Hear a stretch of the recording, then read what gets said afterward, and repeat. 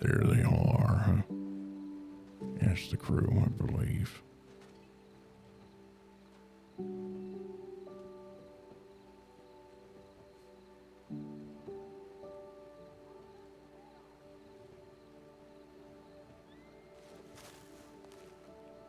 You don't even see me.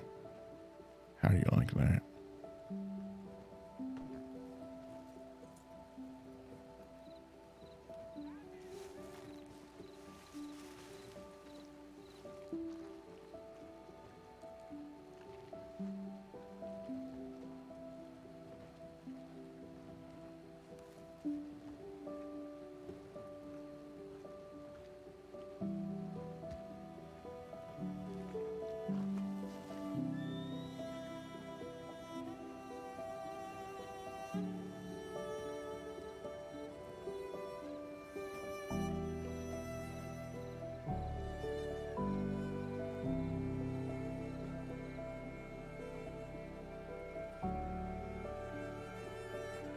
That's them.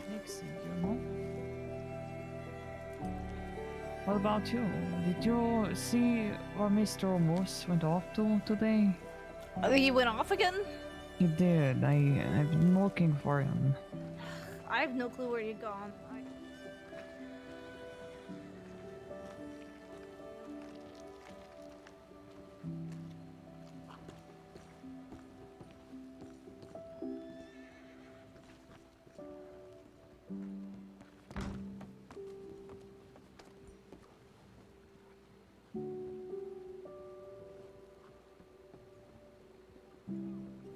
Telegram to make sure they know we are safe. Okay. Well, I'm looking for Roy. I'll keep looking. You better keep looking. You ain't gonna find him back there. Boo.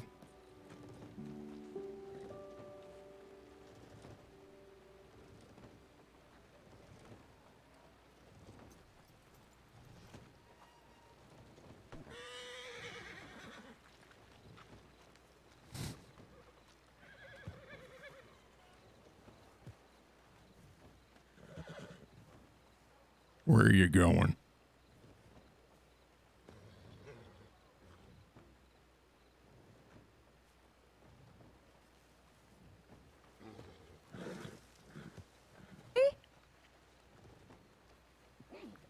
Come on, turn around. Roy, where are you going?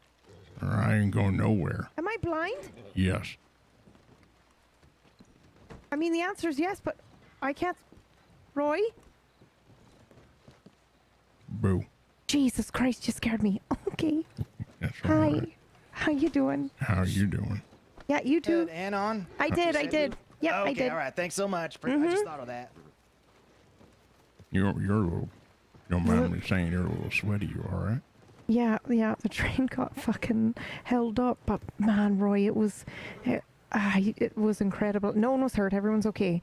So I should have led with that. Sorry, but like it was incredible. You had like this one fella that got on the train, right? Sounds a lot like Massimo actually, but I don't think it was. But anyway, he was like, he's on the train and we're talking, we're having a conversation, and he's being a little weird. And anyway, I go, well, what's your name, fella? And he goes, it's Tim. And I'm like, well, don't hesitate before you say your name, because it makes it sound like that's not your name. Like, right. Creep. And then he's like, oh, I have a speech impediment. I'm real sensitive about it. And I was like, well, fair enough. I'm sorry. But it turns out he was a fucking train robber. And midway through, like almost before the last stop, he's like, everybody hands up, this is a robbery and all that. And it's very dramatic. And we had lawmen on board, and he took a lawman hostage and pistol whipped him. And I mean, he ended up being okay, which is good. Like no concussion, nothing, like A-okay. But then they're like another set of robbers, like a whole different crew came up and were doing something as well, like starting to hold up the train. And then, so we had all the civilians in one car, and it was just like this amazing teamwork situation where we identified the people who felt comfortable firing a gun. We put 2 in the front, 2 in the back, and everybody else was in the middle. And my God, it just felt really good. You're glowing. You know that? Yeah, I am.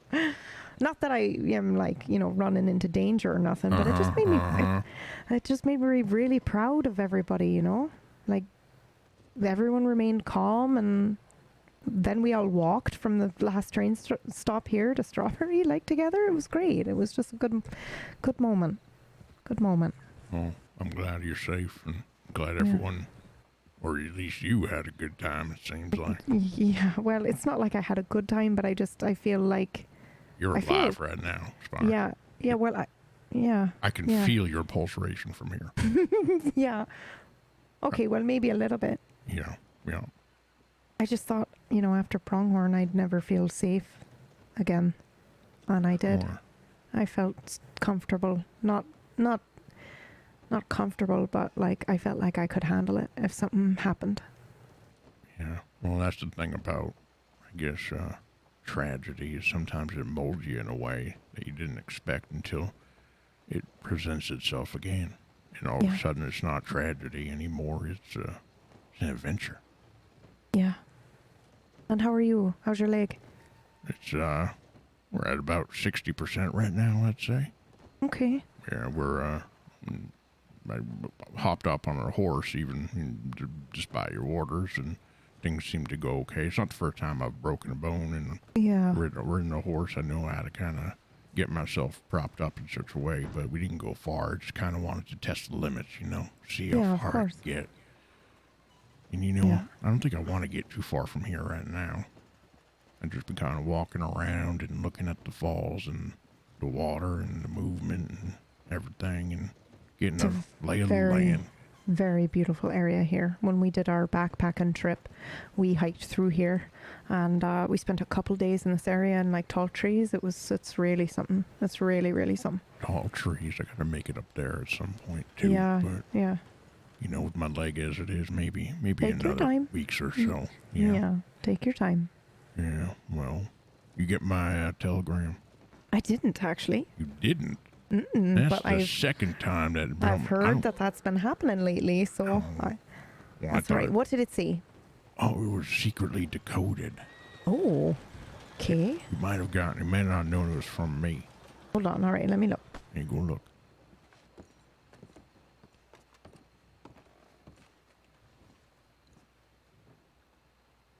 Oh, this must be you then. About the recipe. Yes, you get berries as strawberries where I am. And then no vacancy. That's right, because that's the thing I Well, when I was trying to be incognito, but I should have known better as soon as I heard your voice.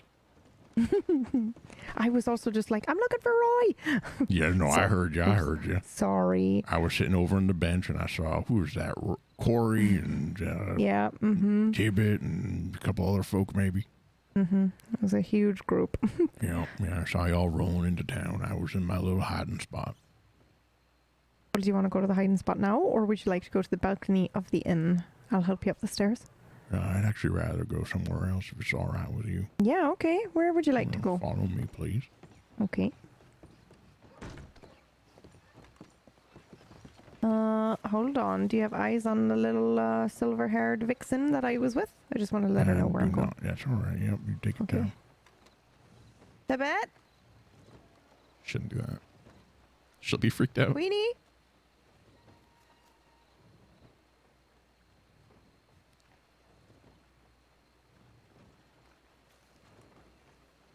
I don't see her, but I think she's with Miss Match, so she'll be okay. She was talking to a blonde woman on a horse when I was walking by.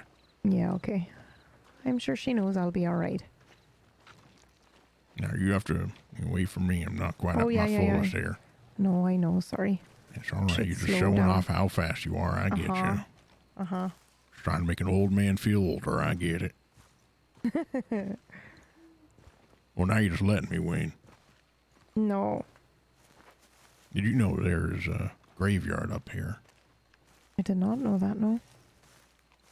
Yeah, I found it when I was exploring. This is when I got to Strawberry. I had to hitch a couple rides. I did not ride a horse here. That would have been, I think my leg would have fallen off if I tried to do that. But probably, most definitely. There was a couple of the locals had carts and such, so I just kind of jumped on, and it hurt a little bit, but, you get used to it. Yeah. I got here and I saw this hill uphill, and I said, you know what, Roy, we're going up here. Something's calling out to me. Yeah. The cemetery was calling out to you? Well, I think there's something over at the cemetery, but it's just very peaceful. I don't know, it's something about it. Yeah. I can understand that. Look at all the fucking fireflies as well. Jesus. Yeah, it's beautiful. Mm-hmm. Like a little trail, kind of having you follow it. Yeah. Oh, look at that. And the little creatures too. Look at that. What's that, skunk? I think so. It's alright. You don't bother them. They ain't gonna bother you. Mm-hmm. At Pronghorn, there was one that, like, I don't know if he had his gland damaged or something or what, but, like, he didn't spray. And all he No wanted to do kidding. was, no kidding, all he wanted to do was cuddle. They're like cats, you know. You know, I've heard that. Mm-hmm. But I heard that from my friend Lucky, and I don't really trust too much that comes out of his mouth. Okay, well, I only know of one skunk that was like that. Yeah. But he was like that, very cuddly. Well, Lucky, remember, you didn't have the best luck, and I think he might have gotten sprayed one too many times. He just kind of figured, forget it, and just sat there, and eventually the skunk just kind of cozied up to him, is what he said. But, Oh. yeah, I don't believe him. Oh, wow. Here we are. Look at this. Little cemetery here.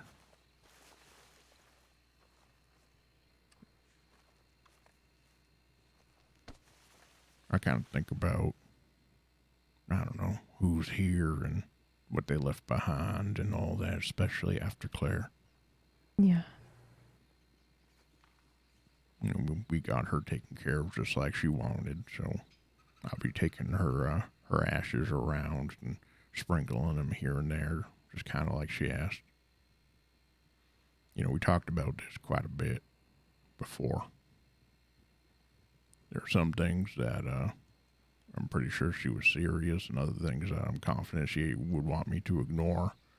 Kind of like she asked that you keep one singular finger, her ring finger, and you throw it in the mouth of the largest, most ferocious bear just to choke it. So she says she could take down a bear. I'm not doing that. You know, she had a sense of humor about her. Yeah. Mm-hmm. So, what brings you all the way up here besides me? That's it. Just me? Just you. I mean, I have something to tell you, but yes, it's just you. Or what do you got to tell me? My leg's fine. Don't worry about that. You know, I don't need any checkup on it. You know, I know its limits. No, I know. I know you can take care of yourself, but I wanted to check up on you and see how you're doing and also let you know. Are you going to the wedding on Sunday? I got the invitation. Ruby sent me the telegram. Yeah. I don't know if I can face all of them. Okay, I understand that. I think I'll be there, but I don't think I would want them to know that I'm there. Okay. Well, Ruby and Flood are leaving after the wedding. Leaving the crossing, I mean. Flood's sister died and left him an estate, and they have no idea what state it's in. So they're going to go and take a look. I know. Never fucking thought we'd ever see them leave Rhodes, ever. Yeah. But yeah, they're going. Flood's going to come back fairly regularly to check up on things and make sure the business is going well. He's left it to Colin and Tar. And, well, they invited Jody and I to come along, and we decided we wanted to do that. I'm sorry. You're gonna have to run that one by me again. You're I'm late taking flight. Yeah. Yeah. with Jody Quinn, huh? Mm-hmm. Why do you say it like that? I just had a feeling that if someone was gonna take you out of here, it was gonna be that smooth talking man. Yeah, I guess he did smooth talk me, didn't he? I never really had a proper conversation with him, but I remember hearing, you know, over from the porch and how his jokes and his puns and all that would just make you smile. And I thought to myself, and this was, quite a while ago, I thought to myself, that's going to be it right there. He's infuriating sometimes, like I remember first meeting him, and he just had this air about him, like everything he was saying was like, oh, I'm the best and I'm pretty and I'm the prettiest and all that stuff. And I remember looking at him and going, that ain't you. That is just something that you're doing so people don't get close to you, so that people go, oh God, what an asshole this guy, and they don't get to know him. And I went, I know you, fella. Yeah. You're me, That's the best kind of armor right there, right? Uh-huh. Yeah, it really is. And it worked. Too. Very right. effective, yep. Mm-hmm. Well, I can't believe it. Yeah. You're leaving. Jody's leaving. Well, I could believe Jody leaving between me and you. Yeah. He always had big ambitions, I think. Flood, Ruby, all gone. I can relate though. The road's calling, right? It feels right. Yeah. Yeah. Well, I mean, look at you. You're here. You're gonna have to go too, right? You're gonna go take Claire everywhere that she needs to go, right? Yeah. That's right. Do you think you'll come back? Oh, I don't know. It kind of depends on the road, I think. I think it's, there's so many people here, Yeah. Makes it hard to leave. Right, but there's also so many people out there, too. Exactly. And sometimes life is like about touching the people around you while you have them, and then, moving on and finding more people.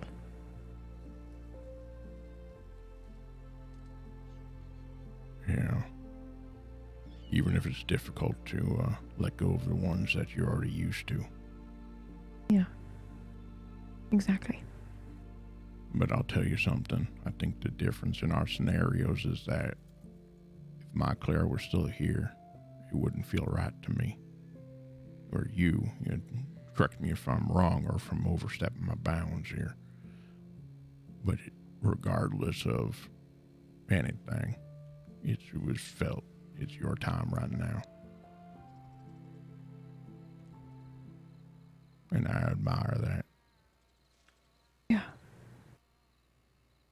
Kind of feel like if I don't go now, I might miss my chance to go, if that makes sense. Yeah, it makes complete sense. Have I ever told you about the story of my friend William Good? No, I don't think you have. I'd love to hear it, though. Well, good, because once I ask if you ever heard the story about a friend, there's no stopping this train. It's happening. He was senior deputy, actually, back in my hometown. He had a maid. Everyone admired him. He was next in line for sheriff for sure. Mm-hmm. He surrounded by good people, and he felt like a good person. Every once in a while, he would go to a saloon. He would never go in. He didn't drink, but he would just watch, and he would see the town folk go in and watch them feel safe. He got some, some sort of sense of self-worth, knowing that he helped make them feel safe to go get blind drunk and, go do whatever they want to do. Mm-hmm. There's one day, wasn't a particularly difficult day. For whatever reason, he decided to go into the bar. And he ordered a single drink. And when he went to go reach for his money, he noticed it was gone. And he felt a hand brush by his jacket. And he caught what was brushing it. And it was the wrist of a beautiful young woman. Young, naive William saw the back of her head and fell head over heels. She turned around and punched him square in the jaw. and he fell even more in love with her. Your friend William sounds like me. Yeah, I guess he does. I guess maybe that's why this story is kind of feels appropriate right now. Well, anyways, he followed her out, never got his money back, and ended up losing his heart in the process. But I think what's important to understand about William is he was not necessarily a good person, but he found himself surrounded by them. And this woman, her name was, let's just call her Isabel. She was not necessarily a bad person, but she found herself surrounded by them. So when them two got together, they kind of found this sense of freedom that both of them had been searching for their entire lives. It was pickpocket that turned into a drink, that turned into a dinner, that turned into a breakfast. It turned into, well, the rest of their lives. William left his life behind of law, never really fulfilled him. There's always this hole inside of him. And Isabel left her life of crime, so to speak, at least the more heinous crimes. And the two of them kind of became, well, they just survived out there with their particular skills together. They became bounty hunters, and they would dabble in petty theft. Yeah, it was very exciting, or so I'm told. Well, as you imagine, as I've already said, they got married. Isabel got pregnant with twins, which was eventful. One boy, one girl, Bonnie and Samuel. And the family had to pull smaller jobs and more petty theft. And there was a good number of years until eventually the children got older and started asking questions. And they knew that they had to settle down somewhere and kind of go straight, so to speak.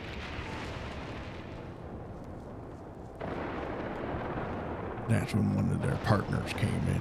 One they haven't seen in a very long time, very serious man. Had one last job. It's always one last job. Isabel rightly told him to go kick the curb. But William, poor young William, knew they would not be able to financially survive with what they had at the moment. So he met with the partner in secret, then took on the job by himself. Oh. Oh no. The job didn't go well. The man who was meant to be brought in recognized William immediately. And he knew exactly where him and his family were staying. Now, I will spare you the details, but the family didn't make it out in one piece.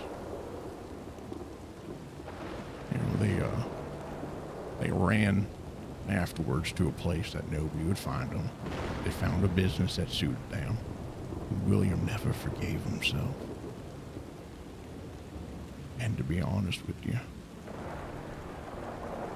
I don't think Isabel ever did either.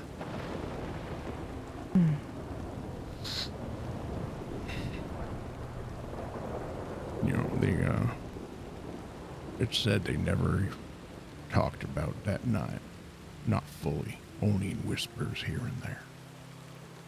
Their son Samuel outright held his father responsible and never forgave him either. And held a grudge for quite some time. Not grudge, what's the word I'm looking for? This brain. Well, I mean, grudge works. Yeah, well,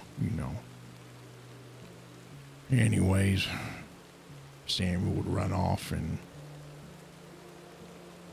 it was the anniversary of that night. And he would ride Isabel every once in a while, but eventually the letters would stop as they knew it would. Now, I don't fully know right now why I'm telling you this. I think maybe because partially you remind me of William a little bit.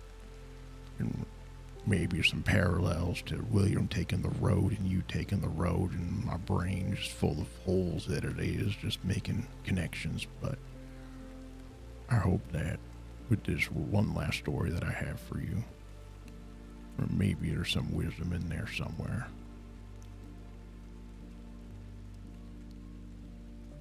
Thank you for sharing it. I haven't told that story ever. Thank you for listening. Well, I want you to know something before you go. Yes. I want you to know that my life is as corny and as cheesy as this sounds. It's been forever changed because of the night that you came to my doorstep. Oh. Before you, I never left the hotel. I never spoke to nobody unless it was meaningless transactions over at the store for groceries and such. It was just myself, Claire, and the sickness in a dark room. With you came friendship, community, and I'm not ashamed to say more baked goods than I've ever had the privilege of eating in my life. Even if a few of them were tested for poison, understandably. Now, I know the man you're looking at before you is a bit of a mess right now, not quite as well kept as you might remember. But please know that this mess will get cleaned. And that's because I knew you. Because now I have to pause when someone asks me if I'm coming back to Rhodes or if I'm staying out. Because before, it would have been an empty room, an empty hotel I was thinking about. Now I'm thinking about Edie and Boone and, well, Coop whenever he comes back from his vacation, exploring the world or whatever it is he's doing. I just saw him yesterday. Oh, he's back. That's good. That's real good. I'm thinking about Tibbet, Corey, and everyone else, and I'm Miss Lark, everyone. And, I don't know, I just never thought that when this loud Irish woman showed up on my porch needing to be healed, that I would be the one that would be healing alongside you. Now, I have a question that's been burning a hole in my heart ever since I came up here, and I just gotta know. You can ask me anything. That bridge that they took you on. Yeah. You ever cross it? Just yesterday, in fact. I'm so proud of you. Thank you.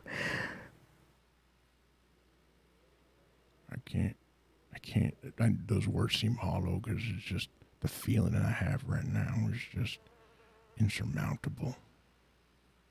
And not just for the bridge, for everything, for all the growth that you've done, for holding the community together, for being a friend, for being a source of, don't mind me saying so, endless entertainment from the porch of a hotel.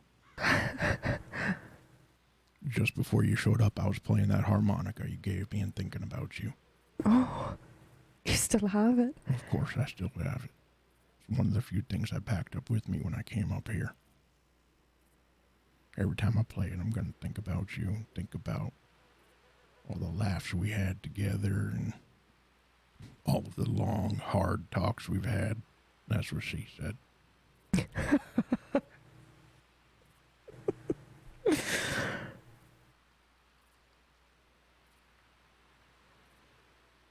Well, I'm gonna miss you. I'm gonna miss you so much. I don't even think you fully understand. I thought that my days of being in the world were behind me and that, I don't know, one day Claire and I just weren't going to be there together. I can't imagine where I'd be if I had never met you.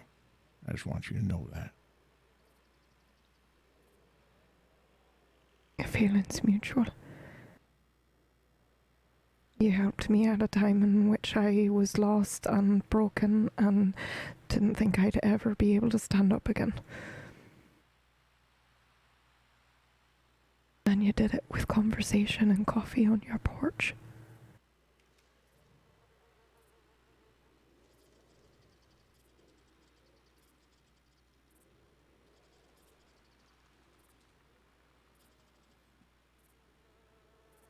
The hardest thing that I had to learn, though, Yeah. was to forgive myself. Did you? Mostly, yeah. Forgiveness is a tough thing. You never really, well, if you ever master that, you telegram me and you let me know how. Yeah, I will. I mean, let you know how. I don't know if I'll be able to master it, but Oh, I have a feeling that you'll get closer than I ever did in a fraction of the time. don't give up. That's right. That's exactly right. 'Cause it's not about the, like, one thing that you did that rippled through. It's about letting go of the fact that you making a different choice would have led to something better or greater. Like, you have control, or like you have an idea.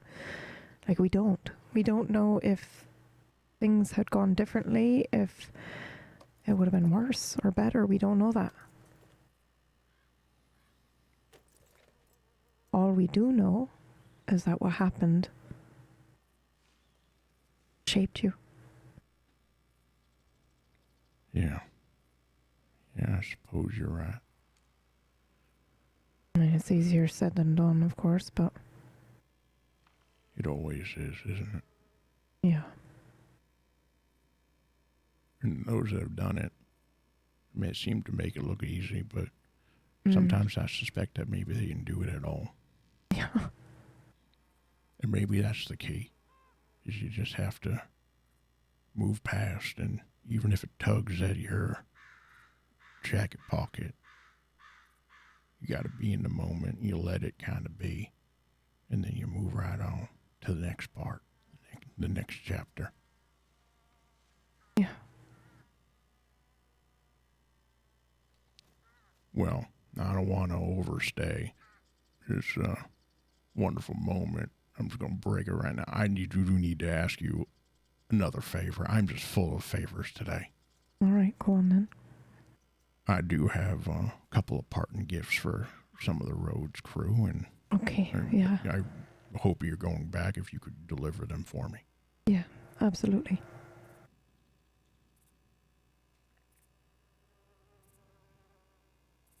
Now, I got one for Miss Raines.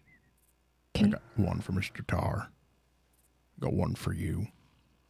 And Oh, I got wow. one for Miss Edie. Now, Okay. I need you to promise that you're not going to open that until you get out of Strawberry. Now, I don't like Okay. to be... Some people like watching their presents being open. No, I'm not yeah, one okay. of them people, all right? Okay, all right. I promise. All right. Well, you've listened to me prattle long enough, Miss Sparks. Now, with the power invested in me by the town of Strawberry, I hereby free you of any and all Whitmore responsibilities. You are free to go, but I will leave you this one thing. I've been thinking about this for quite some time. I will always remember my time here in the crossing. But I think more importantly, I will always remember the day that Miss Kara Murphy became the spark of the crossing. Oh, Jesus. Now, go. That's my big line. You gotta leave. Okay, you want me to walk away? You don't want me to walk you back? No, I'll be fine, but I would take one last hug if that's all right. Oh, abso-fucking-lutely.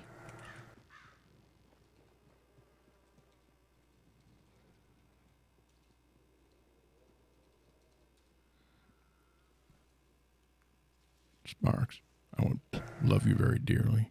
Like I love you too. the daughter I never got to know. Oh, Now you keep in touch, all right? I will. And I if promise. that Jody does anything cross to you, you let me know. And he's going to have a big angry man in a big black coat I will. with I a big promise. old gun on his doorstep. Yeah. He won't. I think Hamilton. it's I think he's my Claire. I think he is too. I wouldn't let you leave if I had any doubts. I love you. I love you too. Until again. Mm-hmm. Oh, Yeah. it was nice to meet you, William.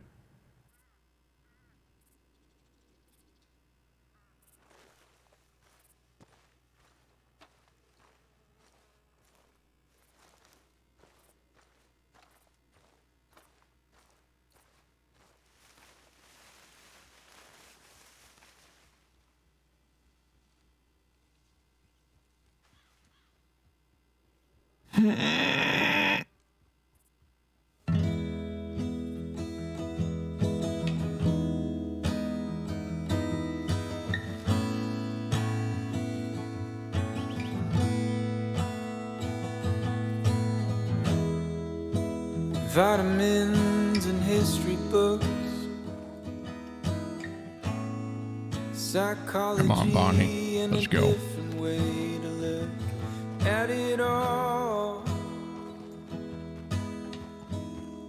'Cause my perspective is broken.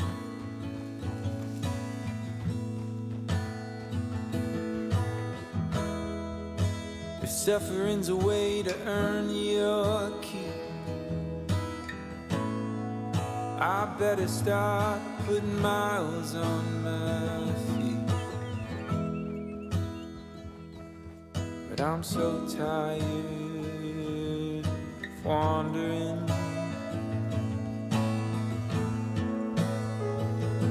Yeah, I'm lost, but I'm living.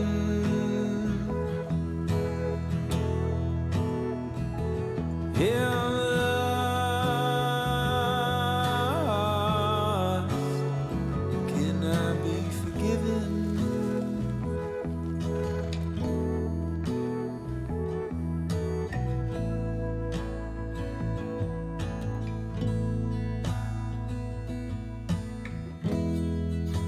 I thought by now pain would be my friend.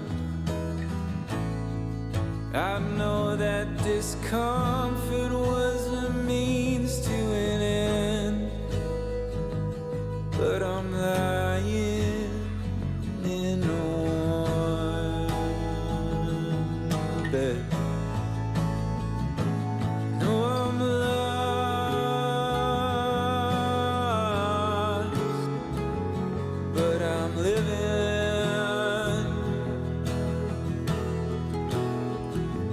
No, I'm lost. No, I don't think I'm quitting. I think Roy just needs a little bit of a break. Is all.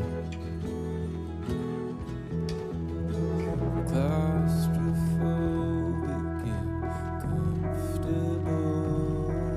I smother myself in what I know. I'm claustrophobic and comfortable. I smother myself in what I know.